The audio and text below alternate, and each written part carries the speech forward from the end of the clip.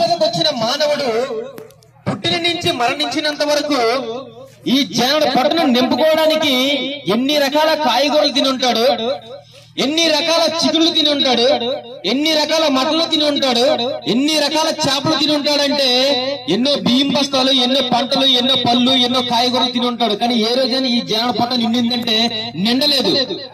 ఉదయాన్నే తింటే మధ్యాహ్నం కాలి, మధ్యాహ్నం తింటే రాత్రి కాలి, రాత్రి పడుకునేటప్పుడు కూడా మజ్జిగో పళ్ళు ఏవో ఒకటి తీసుకొని మళ్ళీ పొద్దున్నకి ఖాళీ అవుతుంది. ప్రియమైన వాళ్ళారా, భూమి మీదకి వచ్చిన ప్రతి మనిషి కూడా ఈ జనుడు పొట్టని నింపుకోవడానికి ఆలోచిస్తున్నాడే తప్ప ఈ జనుడు పొట్టని నింపుకున్న నేను కూడా ఈ ఆరోగ్యాన్ని, ఆయుష్ని ప్రతిదీ అనుకరిస్తున్న దేవాది దేవుడిని మర్చిపోవడం అనేది చాలా బాధాకరమైన విషయం. ప్రియమైన వాళ్ళారా, మనిషి పుట్టిన నుంచి మరణించినంత వరకు పిల్లలని కనిన తర్వాత ఎలాగ పెంచాలని ఆలోచిస్తాడు ఇంటి యజమానుడేమో కష్టపడుతుంటాడు, ఇంట్లో యజమానురాలేమో పిల్లల్ని ఎలాగ పెంచాలని బాధ్యత తీసుకుంటుంది.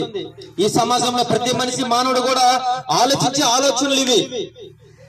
ఏమి తిందుమా, ఏమి తాగుదుమా, ఎలాగ బ్రతకాలి, ఎలాగ జీవించాలనే ఆలోచనలు ఈ జనుడు పొట్ట నింపుకోవడానికి ఎన్నో ప్రణాళికలు. ప్రియమైన వాళ్ళారా, ఇల్లు కట్టుకుంటాం, ఇల్లు కట్టుకున్న తర్వాత ఉద్యోగం అయిపోయిన తర్వాత పెళ్లి అయిపోయిన తర్వాత ఇంకేమైనా ఉందంటే ఊరి చివరికి ప్రతి మనిషి వెళ్ళిపోతున్నాడు. ఎందుకు పుడుతున్నాడో తెలియట్లేదు, ఎందుకు మరణిస్తున్నాడో తెలియట్లేదు, ఎక్కడికి వెళ్ళిపోతున్నాడో తెలియట్లేదు మానవుడు ఈ రోజు. అది మర్చిపోయింది సమాజం. ఈ భూమి మీదకి వచ్చిన నేను మనమందరము కూడా ఈ జనుడు పొట్టని నింపుకోవడానికి ఈ చిన్న జీవితం కొరకు ఆలోచిస్తున్నారు తప్ప మరో బ్రతుకుందని, మరో జీవితం ఉందని మనిషి మర్చిపోయాడు. ప్రియమైన వాళ్ళారా, చూడండి, మీ కళ్ళ ముందు కొన్ని ఉదాహరణలు పెడతాను. అది ఏమనగా, చూడండి, ఒక గొంగల పురుగు మన ఇంటి ముందుకు వచ్చేటప్పుడు దాన్ని చీపుతో తుడిసేస్తాం, అసహించుకుంటాం దాన్ని చూసి. కానీ అది ఒక రోజు తన రూపాన్ని, తన జీవితాన్ని మార్చుకుని చీతకాక చిలుకగా మారుతుంది. ఏ రోజైతే నువ్వు అసహించుకున్నావో ఈ గొంగల పురుగుని, అదే ఒక రోజు చీతకాక చిలుకగా మారిన తర్వాత మన బెడ్రూమ్ లో, మన టీవీల మీద, మన ఫ్రిడ్జ్ల మీద పెట్టుకొని దాన్ని చూసి మురిచిపోతాం. నిజంగా ఈ భూమి మీదకి పంపించిన నేను కూడా ఒక రోజు మన జీవితము స్థితిగతులు మారుతాయి. మరణము తర్వాత మరో మనిషికి మరో బ్రతుకు ఉంది. ప్రియమైన వాళ్ళారా, బ్రతుకు లేదని మర్చిపోతుంది ఈ లోకం. ఏంటి, పుట్టాము కదా, ఉన్నంత వరకు అనుభవించాలి ఈ జీవితాన్ని, ఉన్నంత వరకు సుఖపడాలంటుంది. చూడండి ప్రియమైన వాళ్ళారా, ఒక ఏదైనా షోరూమ్కి వెళ్ళాం అనుకోండి, టీవీ కొంటే టీవీకి గ్యారెంటీ ఉంటుంది, ఫ్రిడ్జ్ కొంటే ఫ్రిడ్జ్ గ్యారెంటీ ఉంటుంది, ఏసీ కొంటే ఏసీ గ్యారెంటీ ఉంటుంది, ప్రతి వస్తువుకి గ్యారెంటీ ఉంటుంది కదా. మరి నీకు నాకు గ్యారెంటీ ఉందంటారా? చెయ్యి పోతే చెయ్యి దొరకదు మార్కెట్ లో, కన్ను పోతే కన్ను దొరకదు మార్కెట్ లో. ఈ అవయవాలు నిన్ను నన్ను కలుగు చేసిన దేవాది దేవుడు ఒక ఆయన ఉన్నాడు, మహాశక్తివంతుడు. నేను కూడా ఈ లోకాన్ని మరణముతో ముడిపడి ఉంది. ఈ లోకాన్ని విడిచిపెట్టి వెళ్ళాలంటే ఎక్కడికి? స్వర్గానికి చేరుకోవాలంటే. ఈ రోజు స్వర్గాన్ని చేరుకోవాలంటే ఏదో పూజ చేసినంత మాత్రాన వెళ్ళిపోవు, ఏదో భక్తిగా బ్రతికినంత మాత్రాన వెళ్ళిపోవు, దాన ధర్మాలు చేసినా నువ్వు వెళ్ళిపోవు.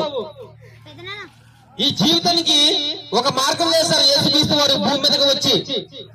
నీతిగా బ్రతకడం, నీతిగా జీవించడం, యథార్థంగా బ్రతకడం. ఆయన జీవితంలో ఎన్నో యథార్థతలను నేర్పించుకున్నాడు. ఈ మన భారతదేశానికి స్వతంత్రం వచ్చిందంటే మహాత్మా గాంధీ గారు యేసుక్రీస్తు వారు మార్గంలో నడుచుకున్నారు కనుక ఈ మన భారతదేశానికి స్వతంత్రం తీసుకురాగలిగాడు, మహాత్ముడయ్యాడు. నేను కూడా మహాత్ములు అవ్వాలంటే యేసుక్రీస్తు వారిని మాత్రమే తప్ప ఈ భూమి మీద మరి ఎవరిని పట్టుకుంటే మనం వెళ్ళలేం. ప్రియమైన వాళ్ళారా, ఎమ్మెల్యేని పట్టుకుంటే మన ఇంటి పని అవుతుందేమో, మన పంచాయతీ ప్రెసిడెంట్ ని పట్టుకుంటేమో ఒక లైట్ వెలిగించగలడేమో. కానీ మన దేహంలో ఉన్న ఒక వెలుగుని నింపాలంటే అది సాక్షాత్తు ఆ దేవుడు మాత్రమే వెలిగించగలడు. ఏ మానవుడు కూడా వెలిగించగలేడు. ప్రియమైన వాళ్ళారా, ఈ మాటలు వింటున్న మీరు అమ్మలారా, అయ్యలారా, మీరు ఎక్కడ కూడా ఇటువంటి మాటలు మీరు వినలేరు. ఇటువంటి మాటలు మీకు ఎవరు కూడా ఈ జీవిత సత్యాలు చెప్పలేరు, ఏ టీవీలో చెప్పలేరు, ఏ న్యూస్ మీడియాలో చెప్పలేరు. ఎందుకంటే కన్ను మూసిన మరుక్షణం మరో బ్రతుకుందని ఎవరు చెప్పగలుగుతున్నారంటే ఎవరు చెప్పలేరు. ఉన్నంత వరకు దోచుకుందామా, ఉన్నంత వరకు దాచుకుందామనే ఈ సమాజం ఈ సమాజంలో ప్రతి ఒక్కరు కూడా ఈ జాడ పట్టుకొని నింపుకోవడానికి కోటి కొరకు కోటి విద్యలు, ఎన్నెన్నో రకరకాలు. ఒక ఆయనేమో మాయ చేస్తాడు, ఒక ఆయనేమో చంపుతాడు, ఒక ఆయనేమో యథార్థమైన లేనిపోయిన జీవితంలో జీవించి కుళ్ళు కుతంత్రాలు నేర్పిస్తారు. కానీ క్రైస్తవ్యం అనేది అలా కాదు. నిన్ను వల్ల నీ పొరుగు వారిని దేవుడు ప్రేమించమన్నాడు. ప్రేమిస్తేనే మరో బ్రతుకు. ఆకలిగా ఉంటే అన్నం పెట్టమన్నాడు. నీ కడుపు నింపితేనే మరో జీవితం. ఎన్నెన్నో ఉదాహరణలు ప్రియమైన వారలారా. ఇక్కడ ఉన్న గ్రామంలో ఉన్న చర్చిలకు వెళ్ళండి. ఎన్నో మంచి మంచి విషయాలు, మంచి మంచి మాటలు, యేసుక్రీస్తు వారు చేసిన అద్భుతమైన కార్యాలను మీకు తెలియజేసుకుంటారు ప్రియమైన వారలారా. మీ కులానికో మతానికో మీకు ఏదో చేసి వెళ్ళిపోవాలని కాదు. మనమందరము కూడా ఈ భూమి మీదకి ఆ యేసుక్రీస్తు వారు ఎలాగైతే ఈ భూమి మీదకి వచ్చి తన జీవితాన్ని ఎలాగ జీవించాడో నేను కూడా అలాగే జీవించి ఈ లోకాన్ని విడిచిపెట్టి ఏదో ఒక రోజు ఆ లోకానికి వెళ్ళాలంటే యేసుక్రీస్తు వారిని సొంత రక్షకుడిగా అంగీకరించాలి. ప్రతి మనిషి కూడా యేసుక్రీస్తు వారిని సొంత రక్షకుడిగా అంగీకరిస్తేనే. ప్రియులారా చూడండి, ఒక ఎమ్మెల్యే దగ్గరికి వెళ్ళేటప్పుడు ఖాళీ స్థలం ఉంటే, ఏదైనా ఖాళీ స్థలం ఉందనుకోండి, అయ్యా ఇది నా ఇల్లు, ఇది నా స్థలం, ఇదిగో మా పక్కింటి వాళ్ళకి అడగండి, మా ఇదేంటి వాళ్ళకి అడగండి. ఎందుకంటే వీళ్ళందరూ సాక్షులు. నువ్వు యేసుక్రీస్తు వారిని సొంత రక్షకుడుగా ఈ భూమి మీద ప్రాణం ఉన్నప్పుడే నువ్వు అంగీకరించగలగాలి. నువ్వు గుడిలోనో బడిలోనో ఒక ఇంటి మూలకెళ్ళి ఒక చెట్టు మూలకెళ్ళి వెళ్ళిపోయి నువ్వు అంగీకరించుకున్నంత మాత్రం నువ్వు పరలోకానికి వెళ్ళిపోలేవు. అమ్మలారా, అన్నలారా, అయ్యలారా, యేసుక్రీస్తు వారిని యథార్థవంతులుగా అందరి ముందు నువ్వు ఒప్పుకోవాలి. ఒప్పుకుంటేనే నీకు నాకు మనందరికీ పరలోకం. ఎంత చక్కటి మాటలు వింటున్న మీరు ఏదో ఒక మతానికి స్థాపించాలని గాని, ఏదో మిమ్మల్ని ఏదో మాయ మాటలు చెప్పి తీసుకువెళ్ళాలని మేము రాలేదు ప్రియమైన వారలారా. మనం అందరము కూడా మరణిస్తే మరో అద్భుతమైన జీవితం, అద్భుతమైన ప్రయాణం ఉంది. అది శాశ్వతమైన జీవితం. ఈ 60 ఏళ్ళు 70 ఏళ్ళ జీవితం శాశ్వతం కాదు. ఈ 60 ఏళ్ళ 70 ఏళ్ళ జీవితం శాశ్వతం కాదు. ఎన్నో ఈ శరీరానికి ఈ జనాన్ని పట్టుకుని నింపుకోవడానికి ఎన్నో షుగర్లు, బీపీలు, థైరాయిడ్లు, గ్యాస్ట్రిక్లు రోగాలు. సుఖముందా? నెమ్మదుందా? సమాధానం ఉందంటే ఎవరి ఇంట్లో సమాధానం లేదు. సమాధానం కలుగు చేసిన ఏకైక వ్యక్తి యేసుక్రీస్తు ప్రభువు వారు.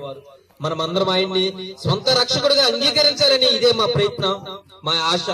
మీరందరూ కూడా ఈ మాటలు వింటున్న మీరు మీ మనసును మార్చుకోవాలని కోరుకుంటున్నాను. మతం కాదు మారడము, మతం కాదు మారవలసింది, మనసు మారాలి ప్రియమైన వారలారా. మీ మనసు మార్చుకోండి. సొంత రక్షకుడిగా ఆయన మనస్ఫూర్తిగా అంగీకరిస్తారని ఈయన మాటలు ముగిస్తున్నాను. చక్కనైన మాటలు, దేవుడి మాటలు తెలియపరిచిన జానగిరి